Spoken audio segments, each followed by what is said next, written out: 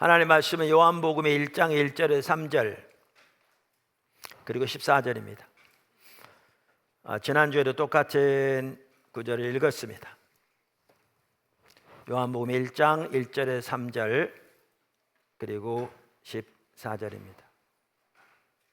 태초에 말씀이 계시니라. 이 말씀이 하나님과 함께 계셨으니 이 말씀이 곧 하나님이시라. 그가 태초에 하나님과 함께 계셨고 만물이 그로 말미암아 지은 바 되었으니 지은 것이 하나도 그가 없이는 된 것이 없느니라. 말씀이 육신이 되어 우리 가운데 거하심에 우리가 그의 영광을 보니 아버지의 독생자의 영광이요 은혜와 진리가 충만하더라. 아멘. 우리가 이 구절을 토대로 창조의 하나님을 지금 살펴보고 있습니다. 언젠가 살펴보려고 했었는데 우리가 요한복음을 살펴가면서 이 시점에서 이 부분을 살펴보는 게 매우 필요하겠다 싶어서 그렇게 하나님 인도하시는 것 같아서 지난주부터 살펴보기 시작했습니다. 지난주에 특별히 신비한 우주에 대해 살펴보면서 창조의 증거로서 살펴보면서 이 부분을 살펴보았고요. 지난주에 말씀드린 대로 화면에 나오는 네 권의 책을 토대로 그 외에도 많은 책들이 말하고 있지만 이 네 권의 책들만 보아도 그 핵심적인 내용들을 볼 수 있을 것 같아서 그걸 토대로 살펴보고 있다 그렇게 말씀을 드렸습니다. 그러면서 지난주에 우주의 시작 자체가 창조의 하나님을 증거한다라는 걸 말씀드렸죠. 1960년 이후로 과학이 발달하면서 우주가 시작된 시점이 있다는 것이 밝혀지고 있거든요. 이게 간단한 얘기 같지만 고대로부터 그 이전까지는 우주는 그 전부터 계속해서 존재해 오던 것이라고 믿었거든요. 그런데 말씀드린 대로 과학이 발달하면서 우주가 시작된 시점이 있다는 것이 과학적으로 밝혀지고 있는 것이죠. 이것은 자연주의 세계관 내지는 자연주의 철학의 치명적인 타격이었습니다. 왜냐하면 자연주의 철학이라는 것은 지금 존재하는 우주가 영원 전부터 있었고 현재에도 있고 앞으로도 영원히 있을 모든 것이라고 믿는 것이거든요. 그러니까 자연주의 세계관에서는 그 외에는 아무것도 존재하지 않는다고 믿기 때문에 영적인 세계도 천사의 세계도 또 사후의 세계에도 그리고 하나님도 전혀 존재하지 않는다고 믿는 거거든요. 그리고 그 자연주의 세계관을 뒷받침하고 있는 그것이 진화론이거든요. 그런데 우주가 시작된 시점이 있다는 것이 밝혀지면서 그 자연주의 세계관에 치명타가 가해진 것이죠. 뿐만 아니라 우리가 맨 처음에 큰 폭발이 있었고 그것이 우주가 시작되게 된 출발점이라고 말하는데, 그런데 과학자들은 그것을 말할지 모르지만 그것이 어떻게 발생하게 되었고 그리고 그 배후에 누가 계시고 혹은 어떠한 것이 작용하고 있고 이 부분에 대해서는 전혀 말하지 않거든요. 그런데 과학자들이 말한 그 부분만 하더라도 이게 우연히 일어날 수 없는 일이라 그 말이죠.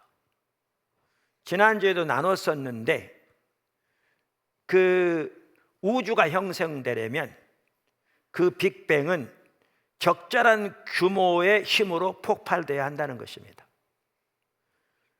조금이라도 늦은 속도로 일어났더라면 그 중력으로 인해 빅뱅이 일어난 후 얼마 되지 않아서 도로 원위치로 돌아갔을 것이고, 또 너무 빠른 속도로 일어났다면 물질들이 너무 빠른 속도로 달아나 은하계나 태양계가 형성되지 않았을 것이라는 겁니다.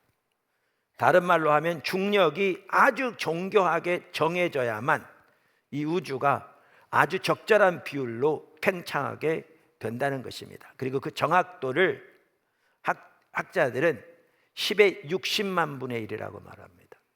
죄송합니다. 10의 60승, 10의 60승분의 1이라는 겁니다. 그래서 물리학자 폴 데이비스는 중력이 그렇게 놀라운 정확도를 가진 알맞은 숫자인 것은 우주론에 있어 가장 신비한 일 중에 하나다라고 말하고 있습니다. 무슨 말이냐면 이 사건이 우연히 일어나는 것은 불가능하다는 얘기입니다. 우연히 일어나는 것은 불가능하다.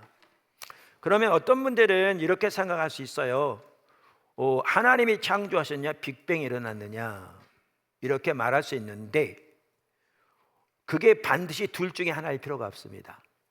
예를 들면 구름이 모여서 비가 내린다. 이거 하나님이 내리느냐 화학작용에 의해서 내리는 거냐, 둘 중에 하나일 필요가 없습니다. 하나님께서 비를 내리실 때 그러한 과정을 통해서 비를 내리시기도 하고요. 다양한 부분에서 마찬가지입니다. 그래서 이 정교한 그것만 보더라도 우연히 일어날 수 없는 것을 명확하게 볼 수 있는 거죠. 더 나아가 지난주에 살펴봤던 부분이 우주의 다양한 부분들이 생명체가 존재하도록 마치 정확하게 그 목적으로 되어진 것처럼 매우 정교하게 조율된 것을 볼 수 있다, 이렇게 말씀드렸습니다. 다시 말해서 우연히 이렇게 되는 건 불가능하다는 것입니다. 그래서 팀 켈러 목사님만 하더라도 그의 책 310쪽에서 이렇게 말하고 있습니다. 하나님을 증명하는 또 다른 논증은 세상의 명백한 미세 조종 및 설계와 관련된다. 그러니까 우주에 대한 과학들이 점점 말씀드린 대로 발달하면서 보니까 미세 조종이라고 표현한 정확하게 생명체가 존재하도록 그 목적으로 조율된 것 같은 조정이 있다는 겁니다. 그리고 그렇게 볼 때 이것은 지적인 존재에 의해 설계되었다고 볼 수밖에 없는 내용들이 존재한다는 겁니다. 그게 이제 미세 조정과 설계라고 지금 표현하고 있습니다. 계속 이렇게 말합니다. 최근에 많은 기독교 사상가가 물리학의 여러 상수를 지적했다. 빛의 속도, 일정한 중력, 강하고 약한 핵력의 세기, 이 모든 수치가 거의 정확히 현재와 같아야만 유기적 생명체가 존재할 수 있다. 여러 개의 눈금판을 모두 일정하게 맞춰야만 하는 셈인데 그 모두가 지금처럼 일제히 생명을 허용하도록 조정될 확률은 약 10의 마이너스 100승이다. 가능한 조종 상태는 무한대인데 그중 지구상에 생명이 출현할 수 있는 상태는 하나뿐이다. 그러니까 제가 지난번에 이 말이 뭘 의미하는지를 그 비유를 들었잖아요. 그게 뭐냐 하면 1조 곱하기 1조 곱하기 1조 더하기 1조가 아니고요, 1조 곱하기입니다. 1조 곱하기 1조 곱하기 1조 곱하기 이렇게 해서 6번, 1조를 6번 곱한 사람들이 그 수가 모두 눈을 감고 각기 색깔이 다른 10,000개의 구슬이 있는데 그 많은 수가 그 10,000개의 구슬에서 하나를 뽑았는데 그 많은 수가 정확하게 동일한 색깔의 구슬을 뽑는 것과 같은 수치입니다. 이건 우연히 될 수가 없습니다. 수학적으로 가능하지 않습니다. 가능하지 않습니다. 그러니까 이러한 것을 보면 우주 전체가 생명이 가동하도록 미세하게 정확하게 조율되어 있는 것과, 그렇다면 이것은 지적인 존재에 의해 설계되었다고 볼 수밖에 없는, 다시 말하면 우연으로는 일어날 수 없는 것임을 볼 수 있다, 그 말입니다. 그래서 이 하나하나가 성경이 말하는 하나님의 창조를 증거하고 있는 것임을 볼 수가 있습니다. 이렇게 되다 보니까 아까도 말씀드린 대로 우주가 시작 시점이 있다는 것만 하더라도 자연주의 세계관에 치명타를 가했는데, 이렇게 하다 보니까 안 믿는 사람들은 이러한 사실에 당연히 당황할 수밖에 없죠. 그러니까 그들은 그러면서도 하나님 믿는 것을 거부하는 거죠. 그러니까 이제 다양한 다른 방면으로 이것을 설명하려고 하는 거죠. 그래서 그 중에 하나가 한 게 지난주에 말씀드린 대로 다중우주론입니다. 우주가, 우리가 살고 있는 우주 외에 수많은 우주가 있다는 겁니다. 전혀 근거 없는 얘기입니다. 어떤 과학적인 근거도 없는 얘기입니다. 왜 그렇게 말하느냐? 그렇게 셀 수 없이 많은 우주가 있기 때문에, 그러다 보면 우리 우주와 같은 이런 우주도 우연히 생길 수 있다, 그런 취지입니다. 근데 아까도 말씀드린 대로 이건 가능하지 않는 얘기입니다. 뿐만 아니라 또 어떻게 이거를 해결하려고 하느냐 하면, 우주 자체가 지성이 있는 것처럼, 우주 자체가 범신론이죠. 여러분 지금 이 사실을 아십니까? 특별히 미국도 그렇고요, 서구 사회에 범신론을 믿는 사람들이 확대되고 있는 거 아세요? 뭐냐하면 다른 사람들도 많이 그런 얘기를 하지만 제가 보기에도 이러한 과학적인 사실들이 점점점 밝혀지는데, 거기다 양자역학은 오늘 전혀 안 다뤘지만 제가 좀 더 저 자신도 확인해보고 나누려고 기회 되면 안 다뤘는데, 그러면 점점 더 밝혀지는데 그들은 여전히 하나님을 믿는 것을 거부하기 때문에 그걸 다른 방면으로 설명하기 위해서 내세운 것이 우주가 지성이 있다고, 심지어 우주가 인간이 올 것을 기대하고 있었다고, 과학자들이, 그것도 노벨상을 받은 과학자들도 그렇게 말하고 있는 겁니다. 찰스 콜슨의 얘기를 읽어보겠습니다. 제가 지난주 읽었던 얘기를 약간 복습하고 넘어가고 있습니다. 과학자들은 사실에 입각한 이런 추론적 형태의 인류 발생학적의 원리가 아니라, 그러니까 인류 발생학이란 말은 모든 것들을 볼 때에 인간이 이 땅에 태어나도록 또 생명이 유지되도록 모든 것들이 조율된 것처럼 보인다, 명확하게 그 얘기죠. 원리가 아니라 오히려 종교적인 동기, 어떻게 보면 반종교적인 동기를 받아들이도록 강요당하고 있다. 다시 말하면 이러한 걸 보면서 이제는 아까도 말한 대로 하나님을 믿지 않고 다른 방면에서 답을 찾으려고 하는 반종교적인 동기를 갖도록 강요당하고 있다, 이런 사실들이. 이걸 그대로 인정하는 게 아니라 그 얘기죠. 신에 의한 창조라는 결론을 회피하고자 하는 욕구가 너무 강해서 수백만 개의 알 수 없는 우주가 존재한다거나, 이게 다중우주론이죠. 인간이 등장하고 있다는 사실을 이미 알고 있었다는 범신론적 우주론에 불합리한 개념을 주장하고 있다. 말도 안 되는, 전혀 합리적이 아닌 그 말이죠. 조지 워싱턴 대학의 패트릭 글린의 말에 의하면 그렇게 많은 과학자들이 관측된 증거가 아무것도 보이지 않는 우주에 대한 황당한 추측에 잡히는 것을 보면 현대 무신론의 이데올로기와 전문 과학자 집단 사이에 흐르는 문화적인 조류의 힘이 얼마나 강한 것인지를 알 수 있다.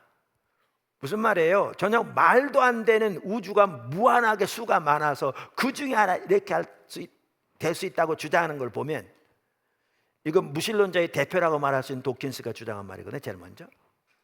그리고 요즘은 영화도 다중우주를 다루는 영화들이 많이 나왔잖아요. 확대시키고 있는 거죠. 이걸 보면 소위 전문 과학자 집단과 현대 무신론 사이에 얼마나 강한 유대가 있는가를 볼 수 있다, 그 말이죠. 그러니까 이게 전혀 과학이 아니죠.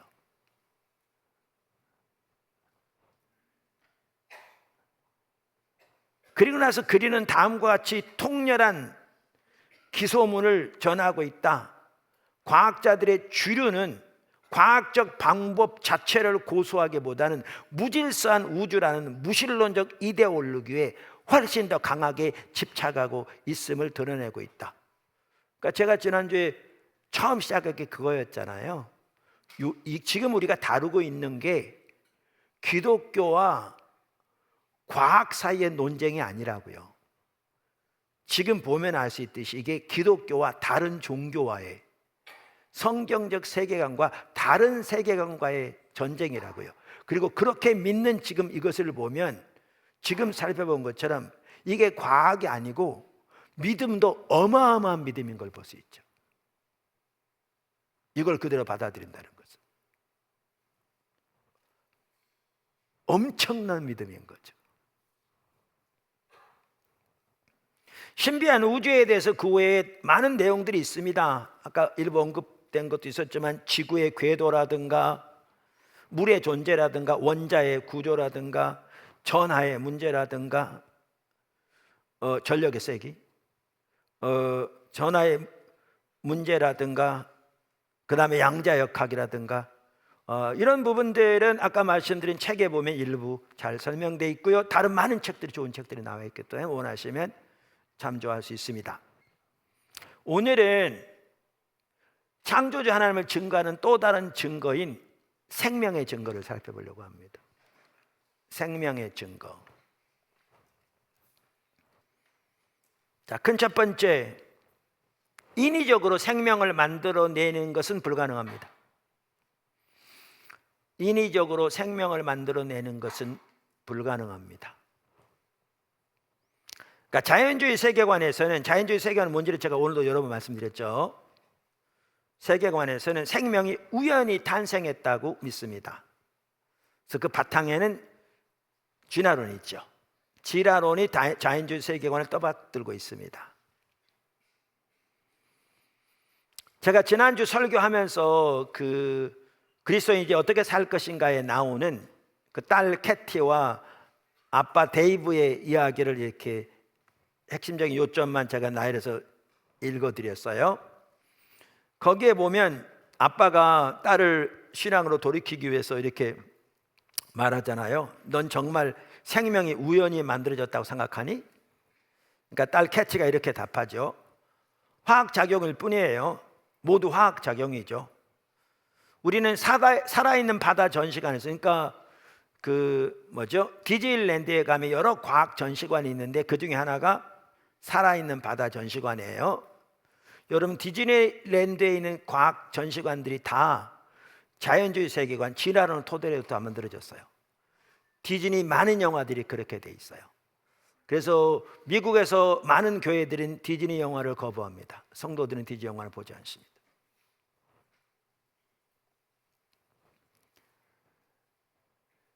화학작용일 뿐이에요. 모두 화학작용이죠. 우리는 살아있는 바다 전시관에서 그 모든 게 어떻게 이루어졌는지 봤잖아요. 화산이 폭발하고, 그리고 바다가 생기고, 그리고 나서 화학작용이 일어난 거죠. 과학자들이 시험관에서 그걸 시험해 봤대요. 과학책에서 읽었어요. 시험관 속에서 전기 충격을 가해 이런 일들이 일어나는 사진도 보았는 거요. 그러자 분자들이 생겨났어요. 지금 간단한 얘기 같지만요, 이게 사람들이 생명의 근원이라 생각하고 있는 바입니다. 이게 진화론이 주장하고 있는 겁니다. 이게 자연주의 세계관을 가진 사람들이 생명이 이렇게 생겼다고, 그리고 그것이 과학이라고, 그러니까 교과서까지 그런 내용이 나오는, 그렇게 받아들여지고 있는 겁니다. 그리고 우리가 하나님이 창조하셨다 그러면 그건 종교기 때문에, 과학이 아니기 때문에 그것은 과학의 세계, 종교는 퇴출돼야 한다고 이렇게 대화조차 하지 않습니다. 이게 현실입니다. 우리 아이들은 학교에서 그렇게 배우죠. 초등학교부터 그렇게 배웁니다. 자, 그러면 생명이 원시 시대에 걸쭉한 액체에서 우연히 그렇게 화학작용으로 생겨난 것을 증명한 적이 있습니까? 과학적으로? 없습니다. 당연히. 왜? 그 많은 시간 전으로 돌아갈 수 없었으니까. 증명되지 않았죠. 그래서 이것은 과학이 아니라 아까도 나눴지만 엄청나게 큰 믿음입니다. 어마어마한 믿음인 거죠. 진짜 믿음 좋은 겁니다. 자, 그래서 과학자들은 그때 그랬을 거라고 생각되는 비슷한 조건을 만들어 놓고 생명이 그렇게 탄생했다는 것을 증명하기 위해 다양한 실험들을 실시해 왔습니다. 그동안. 그중 가장 유명한 실험 중 하나가 1953년에 이루어졌습니다. 그 당시 미국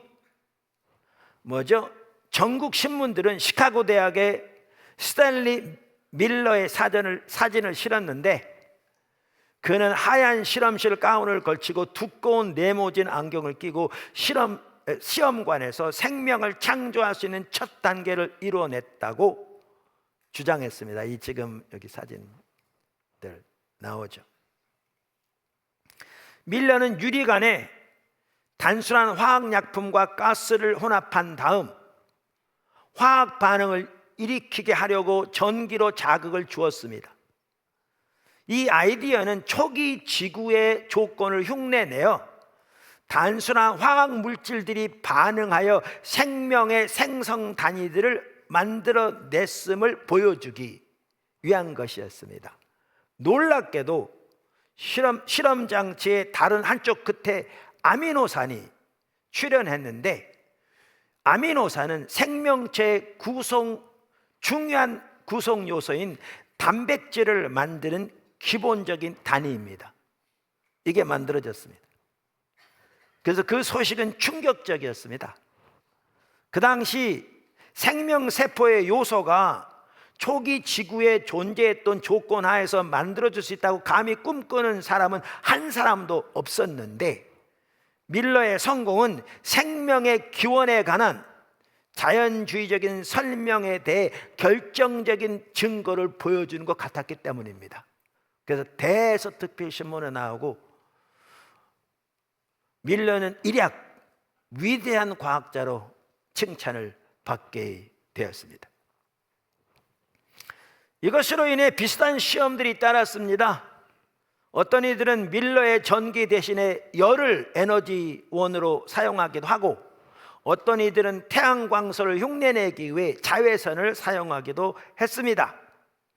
이러한 실험들 대부분은 아미노산을 생산해내는 데 성공했고, 아미노산들은 심지어 단백질과 같은 모습인 사슬 모양으로 이어지기까지 했습니다. 그리고 그 결과들은 헤드라인으로 숨가쁘게 보도되었습니다. 그러면 이 실험들이 의미하는 바가 뭔데요? 아까도 말씀드린 대로 이 실험들이 그들이 주장한 대로 40억 년 전 원시 연못 안에서 단순한 화학 물질들로부터 생명이 자발적으로 생겨나 진화되었다는 이론을 뒷받침하는 것이라고 주장한 것입니다. 문제는 과연 그랬느냐라는 겁니다.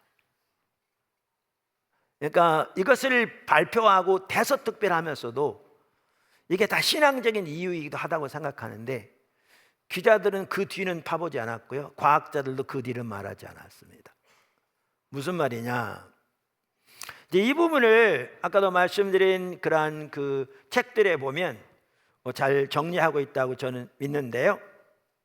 그 중에 하나가 뭐냐 하면, 그렇게 아미노산이 만들어지긴 했는데 생명체가 나오는 아미노산은 실험실에서 만들어질 수 없답니다. 생명체가 나오는 아미노산은 실험실에서 만들어질 수 없답니다. 그러니까 여러분들이 전문적인 지식을 더 아시려면 더 많이 공부하시고요, 우리 교회 생물학 교수님도 있습니다. 미국의 유명한 대학에서 박사학위 받으시고 또 섬기신, 제가 최근에 그분에게 양자역학에 대해서 어떤 아주 뛰어난 또 귀한 학자인데, 그분은 물론 이제 과학을 전공하지 않았지만 외국에서 신학 박사까지 하시고, 그리고 우리나라 큰 신학 대학원에서 총장까지 하시고 은퇴하시고 진화론에 집중적으로 연구하고 계신 분이 계시거든요. 그분이 다양한 책들을 통해서 이렇게 나누면서 그 중에 하나 양자역학에 대해서 말하는 내용이 있어서 그 방법에 제가 몰라서 그 교수님에게 보냈죠. 그분이 말한 걸 타이프 쳐가지고. 그랬더니 자기도 그 부분은 새로운 분야라고 좀 더 알아보고 연락 주겠다고 이제 그렇게 답이 와서 앞으로 좀 더 살펴 나온 대로 기회 되면 나눌지도 모르겠습니다. 뭐 필요하시면 여러분 더 이렇게 연구해 보시면 되고요. 무슨 얘기냐면 아미노산은 두 가지 형태가 있답니다. 그러니까 과학자들은 그것을 소위 왼손잡이와 오른손잡이라고 이렇게 구분한답니다. 근데 생명체는 고도로 선택적이어서 왼손잡이 형태만 사용한답니다. 왼손잡이 형태만. 그렇지만 밀러와 그의 동료들이 실험실에서 화학물질을 혼합했을 때는 두 종류가 다 나온 겁니다. 그러니까 왼손잡이와 오른손잡이가 반반씩 혼합된 거죠. 왜냐하면 실험실에서 화학물질을 마구잡이로 혼합했기 때문에 그렇게 나온 건 당연했습니다. 그런데 그러한 이 아미노산에서는 생명체가 나올 수 없습니다. 그러니까 생명체에서 요구되는 왼손잡이의 아미노산만을 생산하는 자연적 과정은 존재하지 않습니다. 그러니까 신문의 대서특필 때에도 그런 말을 안 다뤘죠. 대서특필 될 때에도. 그러니까 이 모든 것은 그렇게 시험관에서 생성된 아미노산이 생성된 건 맞는데 생명체는 쓸모없는 것들이었습니다. 전혀. 그 다음에 또 하나 다른 문제는 이제 단백질의 생성과 관련이 됩니다. 그러니까 생명을 창조하는 다음 단계는 아미노산을 연결하여 단백질을 생성하는 것이랍니다. 1958년 마이애미 대학의 화학자인 시드니 폭스는 이미 존재하는 아미노산을 물속에서 끓여서 서로 반응하게 유도하였습니다. 그 결과 아미노산에 단백질과 같은 사슬이 생겼습니다. 이렇게 연결된 거죠. 아미노산들이. 그래서 폭스도 밀러처럼 일약 뛰어난 과학자로 우리 흔히 홀로 페임이라고 그러잖아요. 유명한 야구 선수들이 가는 축구 선수들이 가는. 그래서 현대 과학 영웅관에 이름이 등재되는 그런 실제로 등재된 건 아니라도 이제 그렇게 인정됐습니다. 그런데 아미노산은 조립식 장난감과 같답니다. 이렇게 레고 이렇게 하면 이 조각들을 이렇게 다양한 방법으로 이것과 이것과 이렇게 또 조합하면서 다양한 형태를 만들 수 있잖아요. 그러니까 아미노산도 그런데 생명체의 단백질은 아미노산이 펩티드 결합이라는 아주 특별한 화학 결합 안에서 갈고리처럼 연결되는 것만 단백질이 될 수 있답니다. 생명체의 단백질. 그런데 시험관에서 만들어낸 것은 다양한 방식으로 연결되는 것이었으며 생명체가 나올 수 있는 그러한 단백질의 조합은 거기에 일어나지 않는 거죠. 그러니까 다른 말로 하면 단백질이 기능하기 위해서는 생명체로 기능하기 위해서는 아미노산이 특별한 순서로 연결돼야 합니다. 마치 문장을 이루는 글자의 순서처럼 이렇게. 근데 한 문장의 글자들을 뒤섞어 버리면 아무 뜻도 없는 일이 되는 것처럼 단백질 안에 있는 아미노산을 뒤섞어 버리면 전혀 기능을 하지 못하는 단백질이 된 거죠. 그런데 그렇게 실험실에서 얻어진 것은 생명체로 쓰여질 수 있는 단백질을 이루는 건 전혀 만들어지지 않은 거죠. 무작위로 뒤섞어진 연결만 나온 것이었습니다. 그 결과 시험관에서 나타난 단백질 같은 사슬은 생명을 위해서는 전혀 쓸모없는 것들이었습니다. 전혀. 거기다가 시험 결과들도 과학자들의 시험 결과는 조작된 것들이었습니다. 그러니까 뭐냐면 이런 거죠. 뭐냐면 설명을 하자면, 자, 만약에 과학자들이 소위 수십억 년의 원시 시대의 그 걸쭉한 액체에서 일어날 수 있는 일을 만약에 복제하려고 노력한다면 큰 통에다가 몇 가지 화학 물질을 단순하게 섞어 놓고 거기다가 에너지는 열이든지 빛이든지 쏘여서 어떤 일이 일어나는지를 봐야 될 거잖아요. 근데 그렇게 안 한 거죠, 실험실에서. 왜냐하면 그렇게 해서는 아무것도 일어나지 않을 거거든요. 그렇게 안 하고, 그러면 어떻게 했는가? 예를 들면 자연에서 화학 물질은 순수한 상태로는 거의 발견되지 않죠. A라는 화학 물질 딱 발견되지 않잖아요. 여러분 뭐 아무데나 가보세요. 있잖아요. 그거는 실험실에서 뽑아내가지고 따로 해야죠. 이렇게. 근데 실제로 자연 상태가 따로 순수한 상태로 있지 않죠. 자, 그런데 아까도 말한 대로 그들이 어떠한 것을 만들어내려면 A라는 순수한 화학 물질과 B라는 순수한 화학 물질을 합해야만, 예를 들면 뭐 아미노산이 나왔다, 이거는 실험실에서나 가능하지 자연에서 가능하지 않죠. 온갖 종류의 화학 물질이 섞여 있는데 거기서 어떻게 결합이 되느냐고요. 그러니까 조작된 거죠. 조작된 거죠. 그리고 아미노산만 하더라도 단백질로 가는 과정에서 이게 아미노산이 나왔다 그러면 그것이 정확하게 순서대로 단백질로 결합되어지는데, 이 자연 상태에는 정확하게 아미노산이 남아있지 않죠.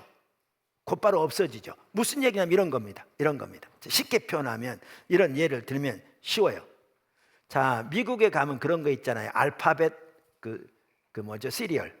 그러니까 A, B, C, D 쭉 있잖아요. 그래서 애들 알파벳 외우면 시리얼 이렇게 있는데, 그럼 어떤 애가 아침에 우유를 붓고 거기다 알파벳 C를 넣습니다. 그러니까 A자, B자 쭉 막 있습니다. 막 섞습니다. 근데 막 섞다 보니까 숫자가 어떻게 딱 맞아가지고 O하고 F가 딱 붙었습니다. 또 막 어떻게 보다 보니까 A, N, D가 딱 이렇게 있습니다. 근데 요거 있는데요, 요거 순간이 다시 섞으면 금방 없어집니다. 그렇죠? 그러면 그거를 딱 멈추려면 딱 멈추고 요걸 요대로 떠내야 합니다.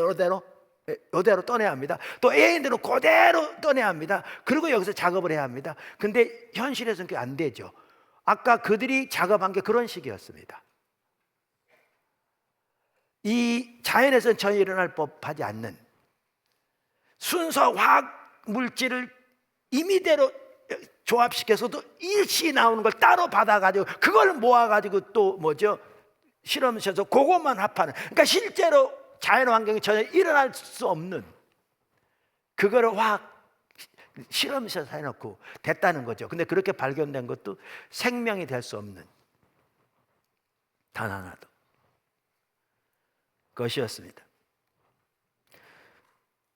또 하나 예를 들자면, 아까 그 전기 대신에, 왜냐하면 그 오래 때는 전기가 어디 있었겠나. 그러니까 그게 됐으려면 에너지원으로 태양이 있으니까 내 태양을 쏘여서 하자. 그럼 이제 자외선을 쏘여서 한다는 거예요. 이제 자외선을. 왜냐하면 연못에 태양광선이 비쳤을 거니까. 근데 이게 있습니다. 그 자외선도 뭡니까? 그걸 뭐라 그러죠? 이게 파장. 자외선도 파장이 큰 것은 아미노산을 파괴시킵니다. 그러니까 파장이 작은 것. 그러니까 실험실에서 어떻게 했냐면 자외선을 쏘되 필터를 통해서 긴 파장은 다 없애버리고 못 침투하게 하고 작은 파장만 침투하게 해서 그걸 만들어낸 겁니다. 근데 자연 세계에서 뭐가 그 긴 파장을 막아주냐고요. 그러니까 만들어냈다고 주장하지만 실험 자체가 조작된 겁니다. 조작된다는 말은, 제 말은 원래 자연 환경에서 있지 못할 환경을 따로 만들어내서 만든 건데, 그렇게 해서 만들어진 것도 생명체는 전혀 쓸모없는 것입니다.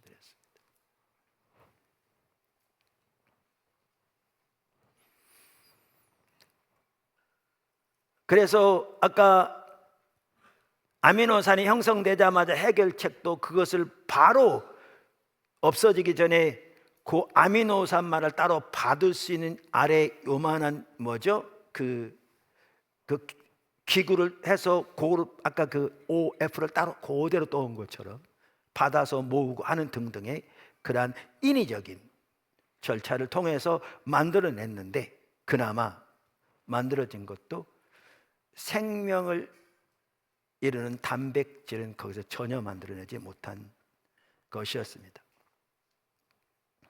그럼 이건 뭘 입증하는 것인가? 생명은 한 지능을 가진 존재가 그 과정을 지휘하고 통제하며 조작할 때만 창조될 수 있다는 사실인 거죠.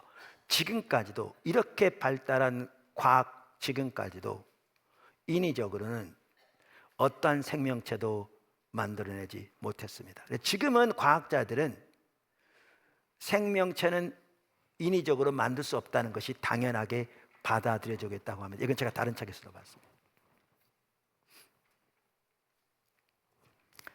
그 두 번째, 생명은 우연히 발생한 것이 아닙니다.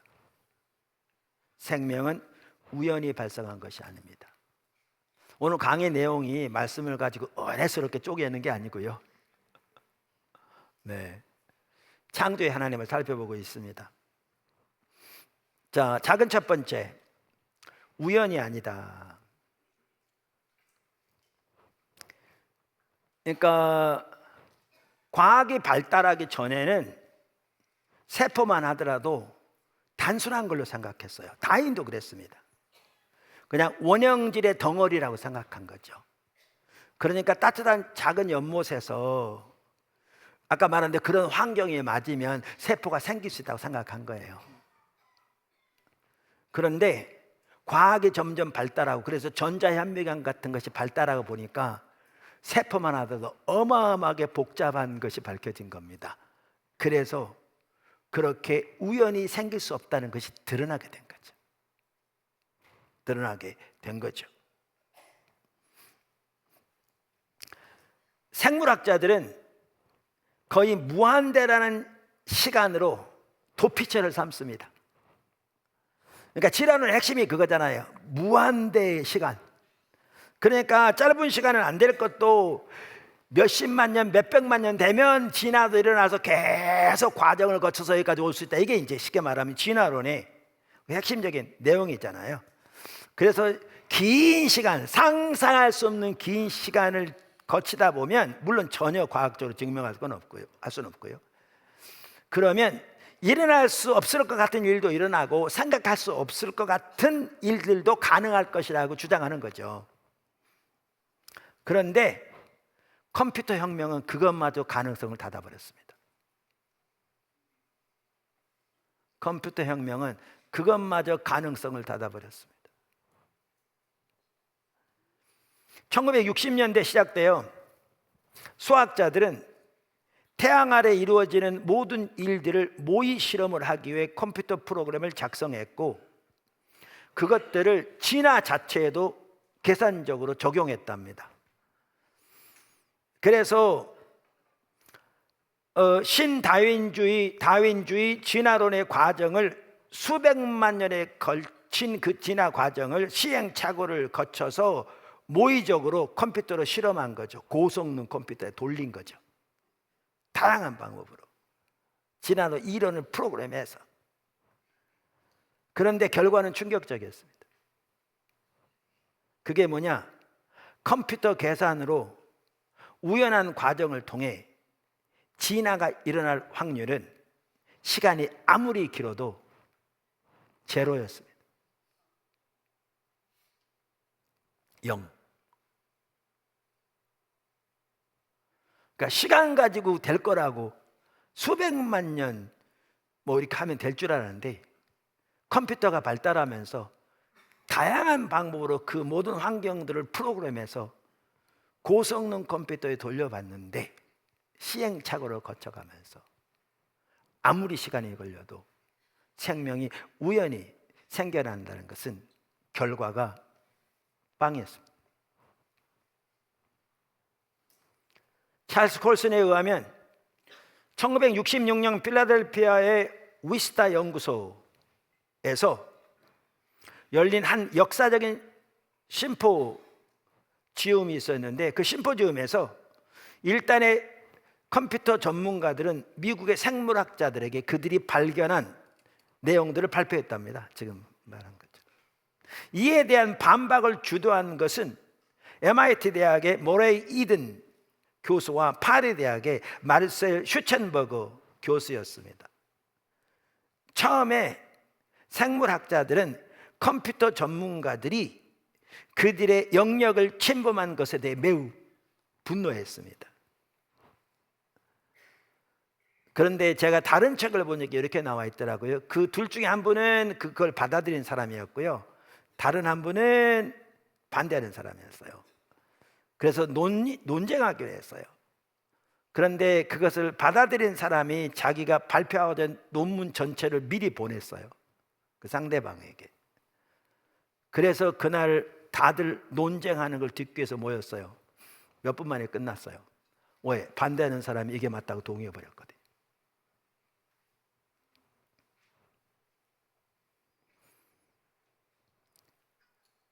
그 심포지움이 끝난 이후에 우연설은, 우연히 생명이 만들어질 수 있다는 것은 조용히 묻혀버렸습니다.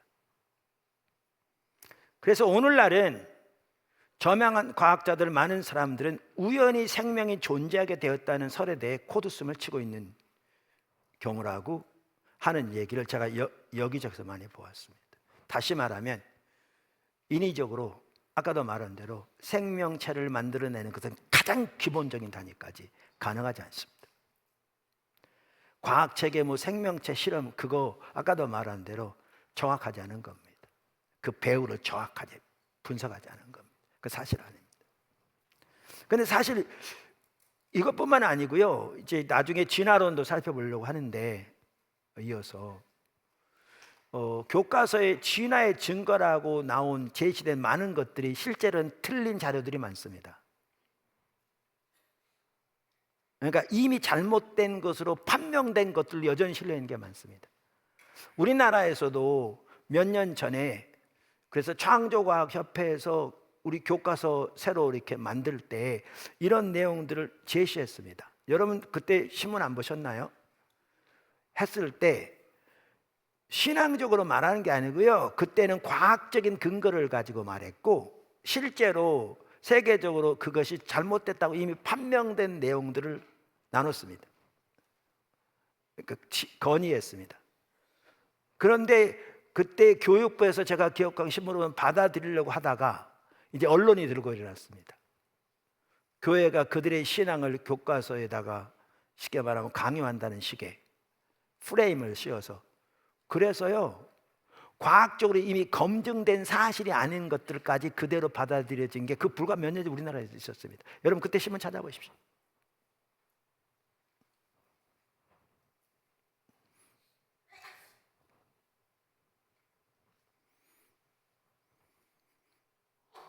그러면서 유명한 천문학자 프레드 호일경 같은 경우에도 아까 그 생명이 우연히 생길 수 있다는 것에 대해서만 하더라도 이렇게 표현합니다.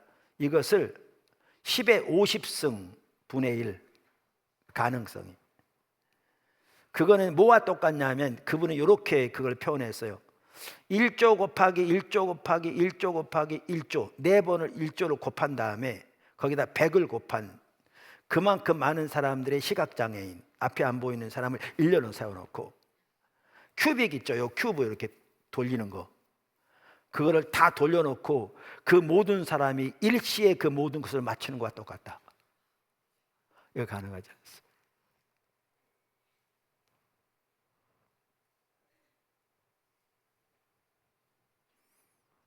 이렇게 하다 보니까 아까도 말씀드린 대로 그런데도 하나님은 안 믿습니다. 아까도 말한 대로 우리나라 언론만 하더라도 그렇게 나오면 그거는 과학적인 사실을 가지고 말하는 건데 이미 검증된, 회에서도. 그런데 그거를 신앙이라고 프레임을 써서 종교를 교과서에 집어넣으려고 한다고 그러면서 반대하는 거잖아요. 그때 많은 신문들 그랬습니다. 뭐 보수 진보 할 것 없이 나오는데도 하나님을 믿기는 거부하는. 그러니까 이게 기독교 신앙과 다른 신앙 사이의 싸움이라고요. 기독교 세계관과 다른 세계관 사이의 전쟁이라고요. 그런데 아까도 말한 대로 그렇게 내세우는 한 가지가 뭐냐 하면 이 우주 자체가 지성을 가지고 있다. 그러면서 거기에 내세운 그게 하나가 뭐냐 하면 생화학적 예정론이라는 겁니다. Biochemical predestination. 다시 말하면 그 과정을 이끈 물질 안에 어떤 힘, 즉 생명이 등장하도록 만든 어떤 힘이 그 물질 안에 있다는 겁니다. 우주 안에 있다는 겁니다. 다시 한번 범신론이죠. 그게 미국에도 엄청나게 더, 그래서 그 중에 하나가 뉴에이지잖아요. 엄청 확대되고 있죠. 그러면서 그렇게 그러한 접근법 중에 하나가 생화학적 예정론이라는 건데 그 책 제목인데, 샌프란시스코 주립대학의 딘 캐니언은 그 생화학적 예정론의 저자 중 한 사람이었는데 나중에 자기가 세운 자기 주장을 반박했으면 자기 틀렸다고. 그리고 그는 지적인 설계자를 받아들이는 대로 돌아섰습니다. 과학적인 이유로. 그는 이렇게 말했습니다.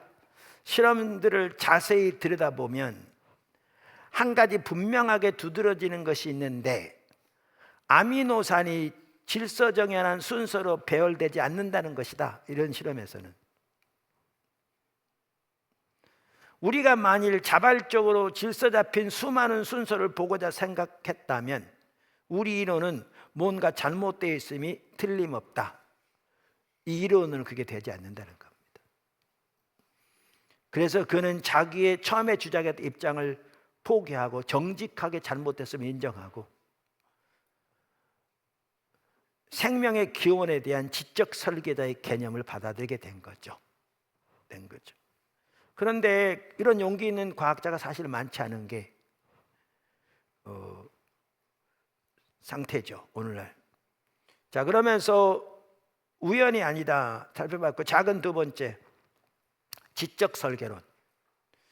이게 뭐냐면 아까도 말한 대로 우주를 좀 더 알게 되면서, 또한 이러한 세포 등 생명에 대해서, 특별히 DNA 등 알게 되면서 점점 과학적으로 뭐가 확실해지게 보이냐면, 과학적으로 볼 때 이 모든 것들은 지적인 존재에 의해서 설계되었다고 보는 것이 그저 우연히 이렇게 되었다고 보는 것보다 훨씬 더 타당하다, 훨씬 더 과학적으로 합리적이다. 이게 지적 설계론입니다. 그러니까 그렇게 주장하는 분들이 흔히 이제 쉽게 표현하는 게 그거죠. 그 미국의 사우스 데코다주에 있는 러시모어 산. 여러분, 우리 가끔 그런 얘기 하잖아요. 코끼리 발 얘기 있잖아요. 저 코끼리 발이라고. 저 보여? 저기 코고, 저희가 여기 뭐지? 몸통이고. 그럼 우리가 어디? 그러면 이제 이렇게 보면 이렇게 저 봐. 그러면 이제 보자는, 자, 풍화작용으로 그렇게 될 수는 있어요.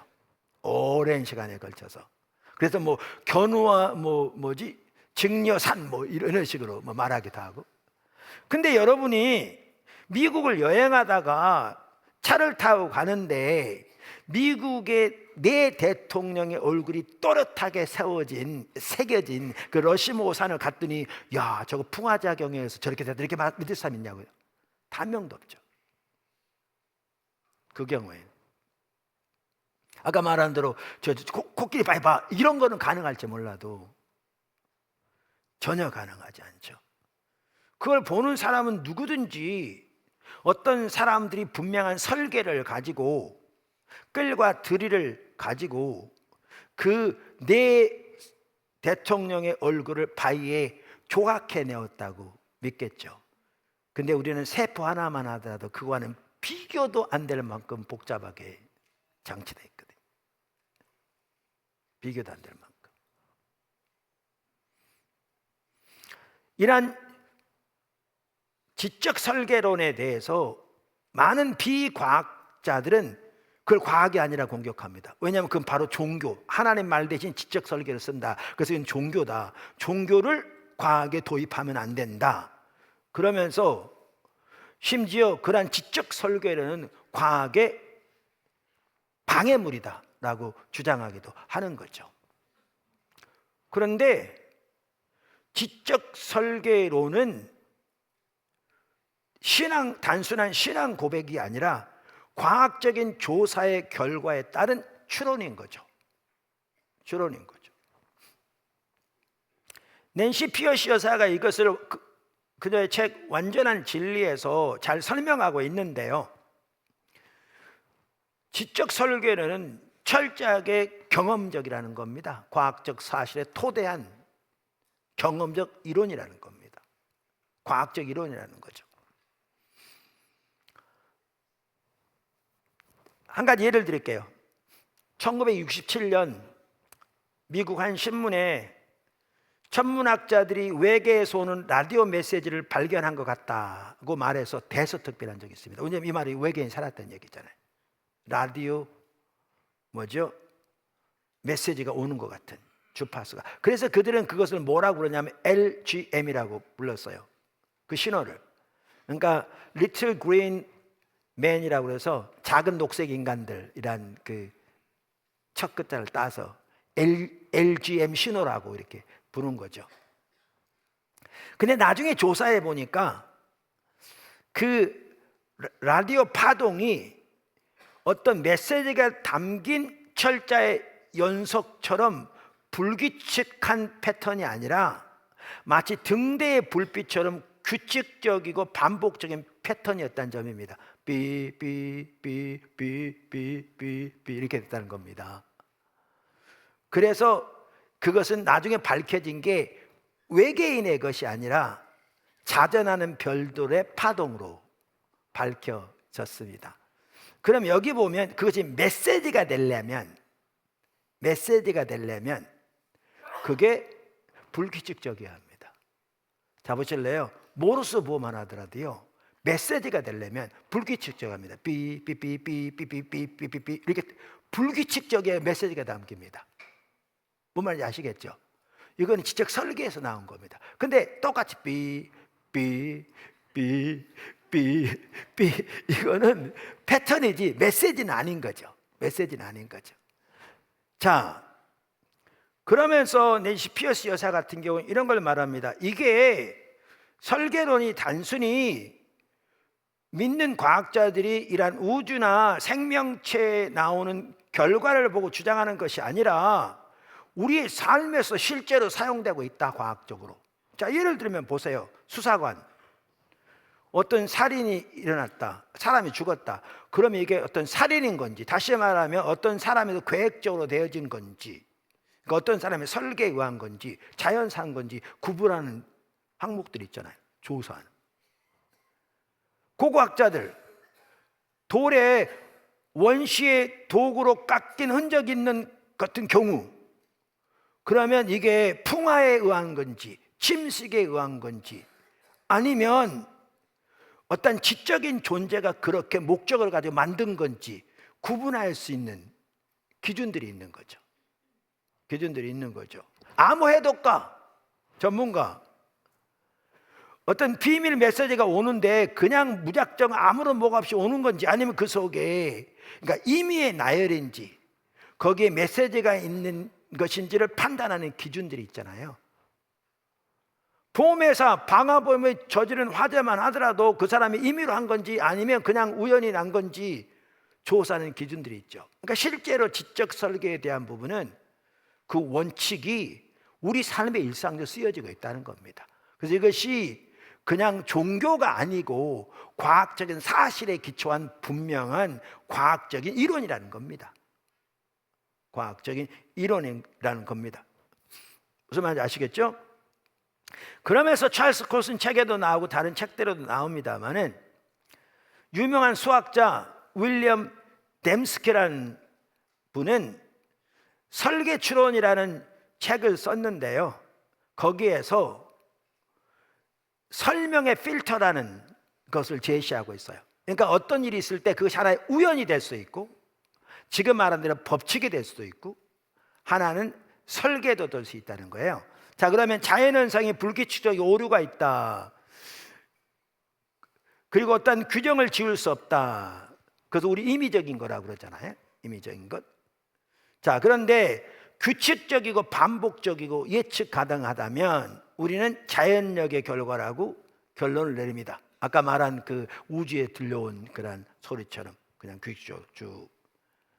그런데 예측할 수는 없지만 매우 구체적이라면 우리는 설계된 것으로 봅니다. 자, 러시모어에 했다, 이거 예측할 수 없잖아요. 거기만 있는 거잖아요. 근데 매우 구체적이잖아요. 불규칙하죠. 아마 산마다 저런 게 똑같이 새겨졌다, 그럼 본운이 다를 거예요. 판단도 또 달리 해야 되고, 물론 저렇게 새겨진 거 사람이 할 일이지만. 그래서 여기에 보시면 어떤 것을 판단할 때 우연과 법칙과 설계, 이런 기준으로 볼 수 있다. 그런데 그런 차원에서 예를 들면 생명만 보더라도 이것이 설계되었음을 반박할 여지가 없이 명확하게 드러낸다, 그 말입니다. 우주 명확하게 드러낸다, 정확하게. 그게 이제 지적 설계론입니다. 그 다음에 작은 세 번째, 위와 관련된 얘기이기도 한데요,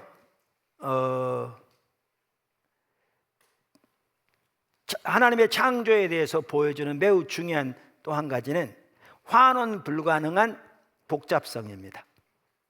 환원 불가능한 복잡성.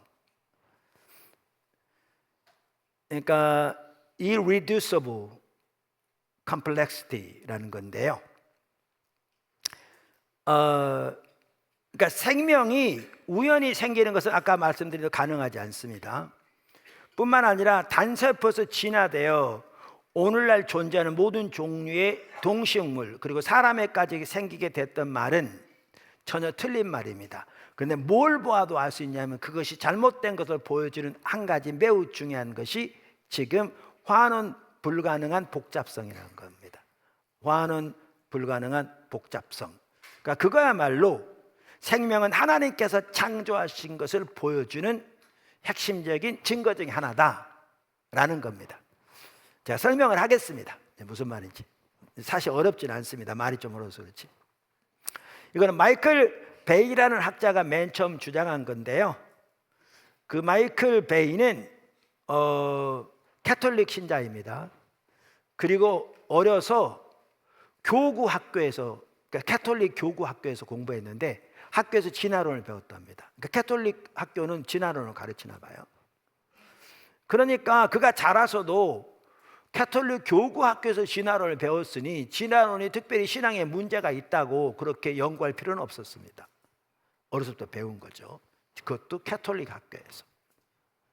그런데 그가 다윈의 정통설에 의문을 제기하게 된 것은 생화학 연구 작업을 통해서였습니다. 그러니까 살아있는 세포의 아주 작은 공간 속에서마저 도무지 생각하기 어려울 정도로 복잡성이 압축되어 있는 것을 그가 보게 된 것이 계기가 되었습니다. 무슨 말이냐면 이 말입니다. 환원 불가능한 복잡성은 예를 들면 이런 거죠. 자, 여러분 뭐 아이폰을 가지고 있든지 혹은 뭐 갤럭시를 가지고 있잖아요. 자, 그럼 뭐 갤럭시든지 아이폰든지 이게 작동하려면 여기에 있는 모든 부품이 한꺼번에 다 조립되어 있어야 합니다. 무슨 말인지 이해하세요? 그리고 거기에 배터리 전기가 충전되어 있어요. 이게 동시에 돼 있어야 이게 작동합니다. 이게 동시에. 자, 그러면 물론 이건 있습니다. 아이폰이 뭐 발달하면서 혹은 갤럭시가 발달하면서 이전에 없는 기능들이 더해지잖아요. 근데 맨 처음에 그때도 그 기계가 작동하려면 그때의 모든 그 기계, 복잡한 기계가 정확하게 제자리에 설계대로 돼 있어야 작동하는 겁니다. 그래서 이게 환원 불가능한 이 말은 가장 줄일 때까지 최선을 줄였을 때에도 복잡한 그걸 말하는 겁니다. 복잡한 그거를. 그러니까 이제 예를 이런 겁니다. 그 배가 얘를 자꾸 드는 게 뭐냐면 쥐덫입니다. 쥐덫 아시죠? 쥐 이렇게 있어가지고 이렇게 뭐죠? 이렇게 해가지고 먹이 놓고 쥐들은 탁 이렇게 이게 쥐덫이잖아요. 자, 그럼 그 하는 말이 그 말입니다. 쥐덫이 만들 때 이 판자만 했더니 쥐 한 마리 잡고, 그 다음에 스프링 잡았더니 더 잡고, 그 다음에 더 발달해가지고 이제 이거 뭐지? 그 뭐라 그러니까 덫이라고 그랬지. 그거 하고 거기다가 미끼를 다는 것을 더 진화했더니 3마리 잡고 4마리 잡았다. 그게 아닌 거죠. 이게 전체가 되기 전까지 한 마리도 못 잡습니다. 복잡한 구조 자체가 하나씩 진화돼서 여기까지 온 게 아니고, 복잡한 구조 자체, 더 이상 줄일 수 없을 만큼 최소한을 줄이더라도 그 구조 자체가 전체가 한꺼번에 작동해야 비로소 작동한다는 거예요. 이게 환원 불가능한 복잡성이라는 거예요. 이걸 보면 진화가 하나씩 됐다는 게 안 맞다 그 말이죠. 가능하지 않다 그 말이에요. 예를 들을게요. 예를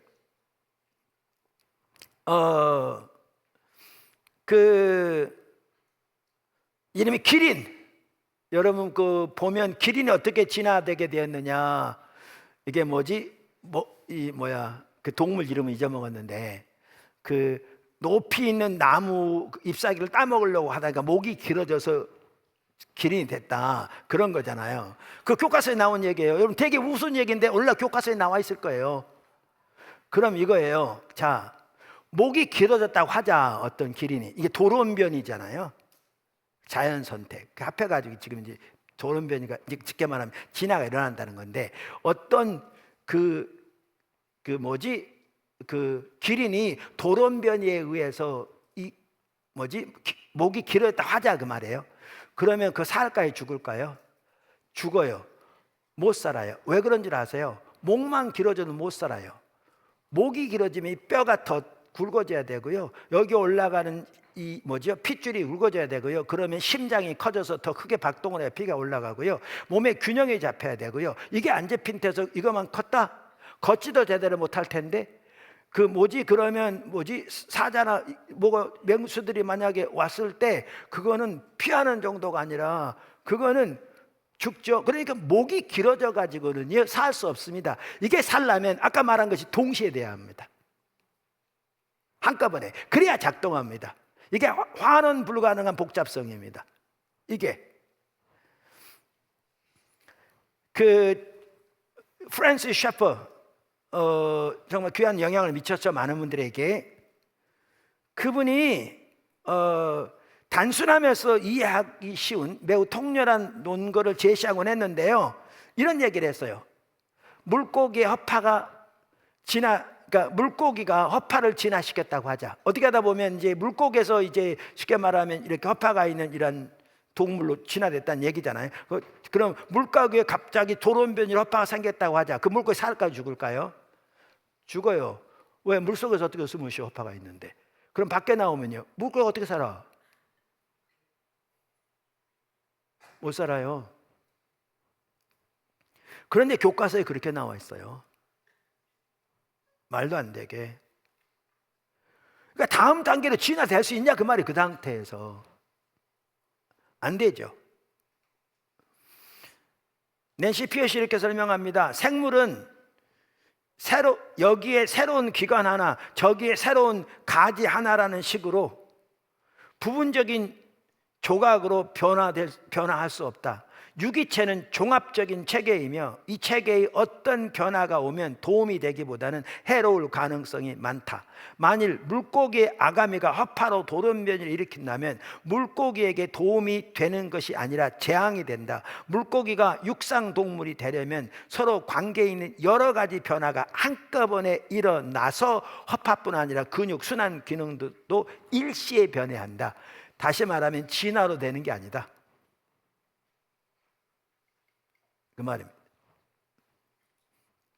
박쥐, 뭐 아무거나 예를 들어보세요. 박쥐가 쥐에서 진화되었다는 거잖아요. 그래서 앞다리가 이렇게 점점 이렇게 이 사이가 이렇게 커지고 여기가 이게 날개가 됐다는 거 아닙니까? 이게 박쥐 이렇게. 자, 그러면 이거예요. 그럼 어떤 쥐가 이 발가락이 좀 이렇게 길어가지고 돌연변이로 채워졌다고 하자. 그 쥐 살아나겠냐 그 말이죠. 살아나겠는가? 왜? 아직 뛰기도 힘들 거고요. 그렇다고 날개도 아직 작은. 왜냐하면 진화가 된다면 오랜 기간에 걸쳐서 하나씩 진화될 거니까요. 그러니까 제대로 뛰지도 못하고 몸을 가지도 못하고 날지도 못하는. 그러면 이리저리 뒤뚱거릴 것이고 없어지겠죠. 이와 같이 이 환원 불가능한 복잡성을 보면 이 생물체 내에 있는, 그러면 진화론이 말하는 진화는 전혀 가능하지 않는 걸 볼 수 있습니다. 전혀 가능하지. 뿐만 아니라 박쥐가 쥐가 박쥐로 변해가는 화석은 단 하나가 존재하지 않습니다. 화석에 나오는 박쥐는 처음부터 끝까지 다 박쥐입니다.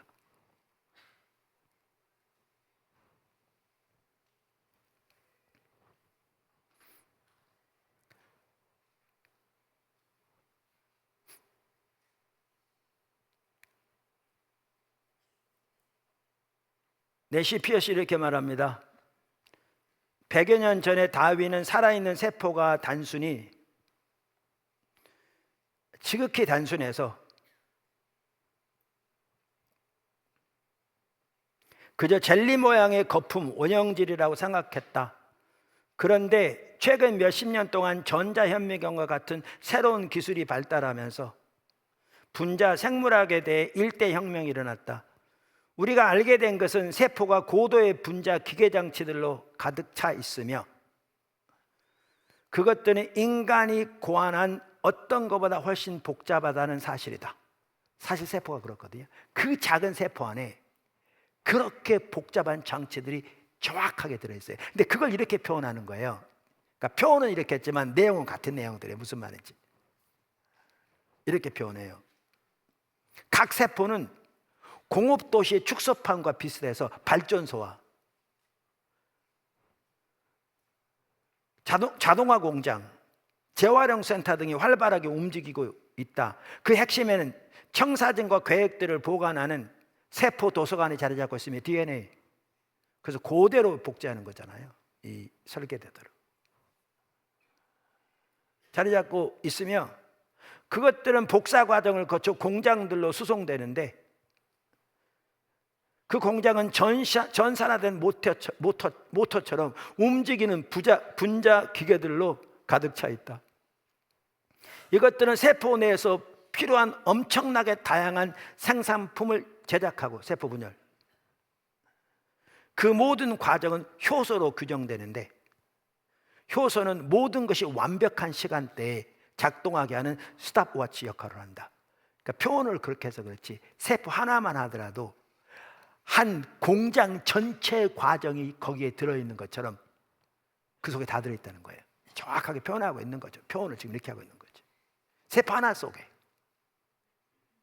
세포 하나 속에. 그 완전한 진리책에 보면 그 박테리아의 일부 박테리아는 꼬리처럼 편모가 이렇게 달려있는 게 있어요. 그 그림이 나와요. 자, 이걸 보면 정말 하나님의 역사가 얼마나 놀랍나 그게 볼 수 있는 것 같더라고요. 한번 저 그림 나와요. 저기 보시면 박테리아가 이리저리 헤엄을 칠 때 그 편모를 프로펠러처럼 휘젓고 다니는데 그림에서 보듯이 마치 모종의 작은 모터가 달린 기계를 보는 것 같다. 그것은 뱃 전에 설치된 초소형의 회전 모터로서 연골고리, 구동, 축, O자형 링, 고정자, 그러니까 산성할 때 산의 힘으로 1분에 10만 번까지 회전할 수 있는 양방향의 모터 등이 갖춰져 있다. 자, 보실래요? 박테리아의 꼬리에 달린 걸 말하는 건데요, 그 속에 에너지원이 있을 뿐만 아니라 그 에너지원으로 이 꼬리가 얼만큼 빨리 움직이냐면 1분에 10만 번을 양방향으로 움직여요. 그래서 박테리아가 움직여. 지금까지 이렇게 과학이 발달했는데 이렇게 작은 로봇은 만들 수가 없어요. 상상 자체는 못해요. 상상 자체를. 그리고 아까도 말한 대로 이 모든 것들이 정확하게 움직여야, 한꺼번에 움직여야 박테리아가 살아요. 이 하나라도.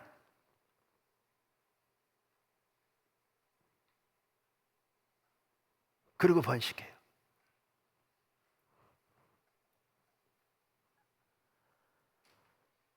이와 같은 구조는 정확하게 맞춘 정교한 상호작용을 하는 부품들을 상당수 필요로 하는데, 이것은 점차적인 과정에 의해서 생길 수 없는 것이다. 아까 말한 것처럼 환원 불가능한 복잡성,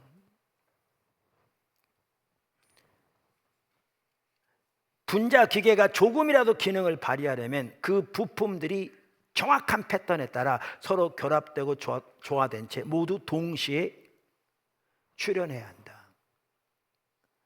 생물학자 데이비드 도로시어는 다른 모차들에 비해서 편모는 인간이 설계한 기계와 더욱 비슷하다고, 그런데 너무너무 존경한 거죠. 그 작은 것이 양방향으로 그 속에 있는 에너지원까지 포함해서 그 모든 과정이 그대로 연결돼서 인간이 만든 모터와 비슷한 구조를 가지고 있으면서 1년에 10만 번, 그러니까 아까 얼마라고 했어? 1분에 10만 번까지 회전할 수 있는 양방향 움직이기. 이거를 우연이 되었다, 이것이 진화가 되었다, 진화는 설명할 수 없습니다. 이렇게 될 수 없고 한꺼번에 나와야 되니까. 그래서 우리는 이 하나만 보더라도 이것이 지적 행위자의 설계에 의한 창조라고 볼 수 없는 거죠. 정확하게 성경에 말하는 것을 증거하고 있다라고 볼 수 있습니다. 참으로 놀라운 하나님의 창조의 능력인 거죠. 찰스 콜슨에 의하면 다윈 자신도 이러한 복잡한 기관이 존재한다면 자기 이론이 틀릴 거를 알고 있었답니다. 왜 동시에 일어나야 되는데 그럼 진화론이 안 맞는 거죠. 제가 찰스 콜슨의 말을 읽어보겠습니다. 흥미있는 것은 다윈 자신도 문제를 알고 있었으며 그의 이론이 잘못된 것일 수도 있음을 인정했다. 그러면서 이렇게 말했다는 거죠. 만일 수없이 많은 연속적인 작은 변화들에 의해 생겨날 수 없는, 순차적으로 이렇게 진화되어 오랜 기간에 걸쳐서 연속적인 이런 변화들이 생겨날 수 없는 복잡한 기관이 존재한다는 것이 드러난다면, 이게 이제 복잡성인 거죠. 그러니까 말한 대로 나의 이론은 완전히 무너지게 될 것이다. 아까도 말했는데 그때는 세포만 하더라도 그렇게 단순한 걸로 봤으니까 이게 진화가 가는 거라고 생각했는데, 오늘날은 전자현명 들어 세포 세계 어마어마한 세계가 들어있는 거 보거든요.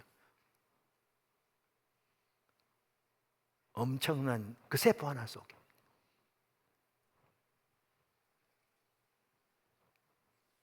계속 콜슨이 이렇게 말합니다.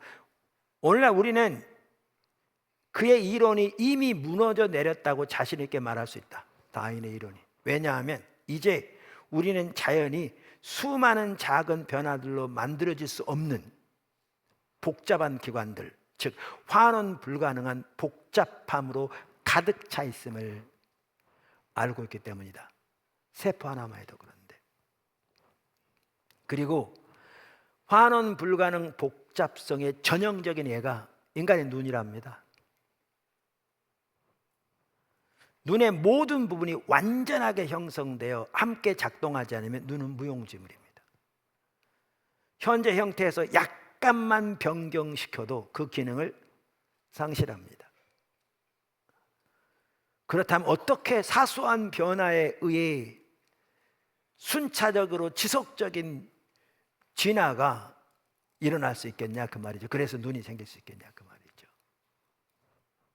보지도 못하고 쓰지도 못하는 건데 모든 것이 완벽하게 갖추기 전까지. 다윈의 시절에도 눈의 복잡성은 그의 이론에 반하는 증거로 그 당시에도 이미 제시되었답니다. 다윈은 눈을 설명하려 노력하는 생각만 해도 오싹한 생각이 들었다고 말했다고 합니다. 생명의 신비에서 또 하나 핵심적인 부분은 DNA입니다. 이거는 과거에는 전혀 보지 못했다. 아까도 말한 대로 전자해명에도 과학이 발달하면서 드디어 알게 된 어마어마한 설계도. 근데 이 부분은 좀 더 이렇게 기회 되면 상세하게 살펴봐야 될 것 같아서 오늘은 여기까지만 살펴보려고 합니다. 일부 예배하고 조율도 맞춰야 되고 그렇게 해서 볼 수 있는 건 이겁니다. 성경은 하나님이 천지를 창조하셨다. 특별히 예수님이 창조주의 본체이다. 그런데 그 예수님이 이 땅에 오셨다. 이게 이제 제가 여기까지 이 시리즈를 살펴볼 텐데 이건 엄청난 일입니다. 엄청난 일입니다. 르네상스가 일어나고 계몽주의가 일어나면서 모든 진리 기준의 판단을 인간의 이성에 두고 그 이성에 맞지 않는 모든 것들은 진리가 아닌 것으로 개인적인 신념은 될 수 있을지 모르지만 그래서 하나님을 몰아냈습니다. 그리고 점점 가서 니체가 말한 것처럼 우리가 하나님을 죽였다. 이 말은 우리 삶의 모든 영역에서 하나님을 배제했다 그 말입니다. 그럼 우리가 하나님이 돼야 되지 않겠는가? 그래서 인류는 인간이 하나님이 된 삶을 여태까지 살아왔습니다. 그런데 그렇게 살아온 소위 모더니즘의 결과는 끔찍했습니다. 좋은 발전도 많았지만 20세기 들어오면서 그 어마어마한 살인과 살육 다 그 사상에서 나온 겁니다. 그러면서 지금은 이제 포스트 모더니즘으로 넘어가고 있습니다. 그런데 과학적으로는 그런데 그 답이 전혀 답이 아닙니다. 사회는 갈수록 의미가 없는 채, 목적도 없는 채 표류하고 있고요. 지금 윤리의 기준이 없는 채 이제는 지금 사회만 하더라도 자국 위주의 또 개인도 마찬가지고 점점 세계는 어떻게 보면 죽음의 문화에 휩싸여 있습니다. 근데 결국 하나님이 창조하셨을 뿐만 아니라 그 하나님이 오셔서 구속하실 뿐만 아니라 그 하나님의 기준에 세워진 개인과 가정과 사회와 모든 분야야말로 하나님이 의도하신 생명의 길입니다. 실제로 그렇습니다. 그러면 이 상황에서 하나님이 우리 지금 포도나무 교회를 이끌고 가신다고 저는 믿는 게 뭐냐 하면 우리가 다시 성경적인 세계관으로 무장되어서 하나님이 하나님이 천지를 창조하셨다 이 말을 단순한 신앙 고백이 아니라 그것이 진리인 거죠. 과학적인 진실인 거죠. 그러한 분명한 확신을 가지고 진정한 하나님 중심적인 세계관과 토대 위에서 말씀드린 대로 인류에게 제공한 살 길인 그리로 영혼의 구원뿐만 아니라 삶의 모든 면에서도 그리로 이 시대를 돌이키시는 구사의 역사를 이루고 계신 하나님의 역사에 동참하도록 우리는 부름받은 겁니다. 지금 그러려면 우리가 우리의 신앙을 그냥 영적인 면으로만 이해하고 몇 가지 종교적인 활동하는 것으로 우리의 신앙을 이해하는 정말 성경에서 떠난 그러한 이해가들은 전혀 가능하지 않고요.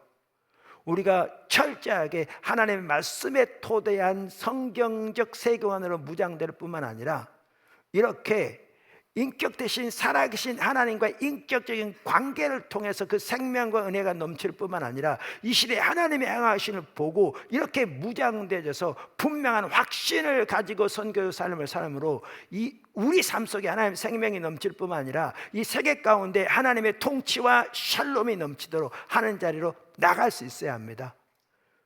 그렇게 우리가 지금 나가야 되거든요. 그리로 인도하고 계시거든요. 그러려면 우리가 철저하게 무장되어야 되고요, 철저하게 배워야 되고요. 제가 하나님께서 지난 설교 한번 할 때 나눴는데 앞으로 어떻게 될지 모르지만 이번 시리즈를 통해서 요한복음이 어느 책보다도 예수님의 아버지 안에 아버지가 예수님의 친밀한 교제, 그리고 창세 전부터 삼위일체 하나님 사이의 사랑의 교제가 있었고 그 동일한 사랑으로 우리를 사랑하신 걸 성경이 말하고, 특별히 요한복음이 말하고 있거든요. 성경 전체가 말할 뿐만 아니라. 그러면서 하나님이 우리 아버지 되시는 그것이 우리 신앙의 핵심이잖아요. 예를 들면 그 시리즈를 살펴보기를 원하신 것 같은, 최종적으로 이제 결정은 못했지만 얼핏 그런 것 같은 것을 확인하고, 그런데 제가 그걸 바로 시작 안 한 이유가 뭐냐면 지금 나누고자 하는 창조의 하나님으로 그 창조적인 땅에서 구속을 어떻게 이루시고 우리가 이 예수님이 어떻게 하나님의 본체인가를 알고 어떻게 그것이 부활을 통해 증거되어져서 이 하나님의 모든 창조가 과학적으로 증명될 뿐만 아니라 역사적으로 예수님을 통해서 이것이 확증되어진 참된 진리인 것을 우리가 깨닫고 이 토대 위에서 그 삶을 살도록 우리가 가야 될 것 같은, 그래서 살펴보게 되었거든요. 그리고 하나님 우리를 그리로 인도하고 계십니다. 그래 우리는 그만큼 무장돼야 하는, 그리고 그만큼 주님을 찾아야 하는, 그래 분명한 하나님의 관점에서 옳은 관점을 가지고 세상을 바라보는 하나님 중에 참된 진리의 도대에서 실제로 그것이 세상을 살리는 길인 걸 분명히 인식하고 우리의 삶의 현장에서 우리 모두가 그렇게 나가야 되거든요. 하나님 포도나무 길을 지금 그리로 인도하고 계세요. 어떻게 매우 앞장서서 그리로 인도하고 계세요. 그래서 우리 모두가 그렇게 잘 따라갈 수 있기를 바라고, 제가 이번에 이렇게 나누게 된 것도 그 전체적인 그림에서 그러한 하나님의 인도하심을 개인적으로 느끼면서 이 부분을 나누고 있습니다. 기도하겠습니다.